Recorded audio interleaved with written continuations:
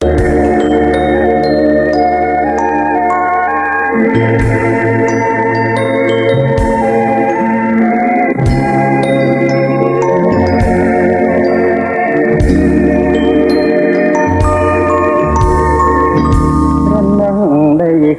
រស្រងស្រែ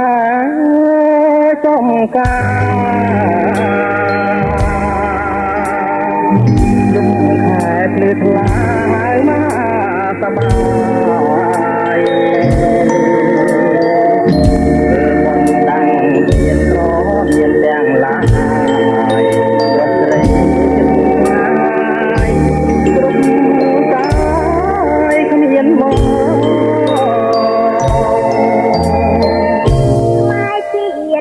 ជានាំគ្នារួមរួមក្នុងនាមកិត្តិយសរួមតាមតំណងវល់ជាតិញ៉ាយចិត្តស្គាល់មិនអនបងចិត្តខ្មែរមិនស្គាល់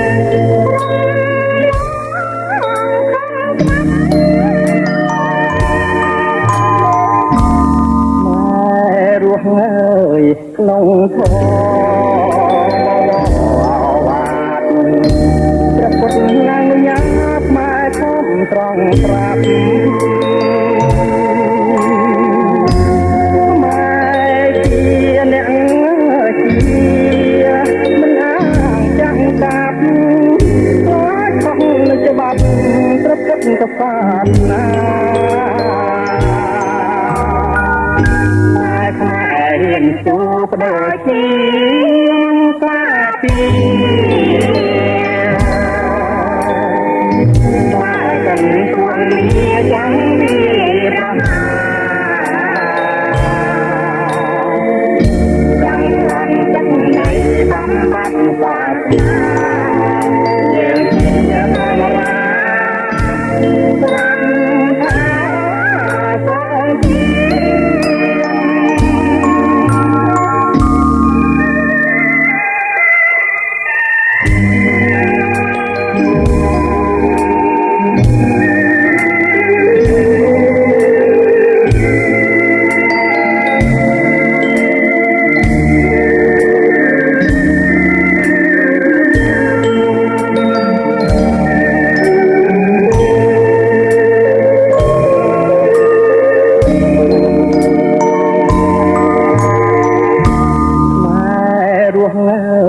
ក្នុងធម៌បវរ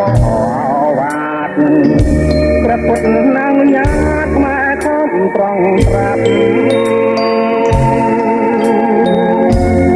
មកជាអ្នកជា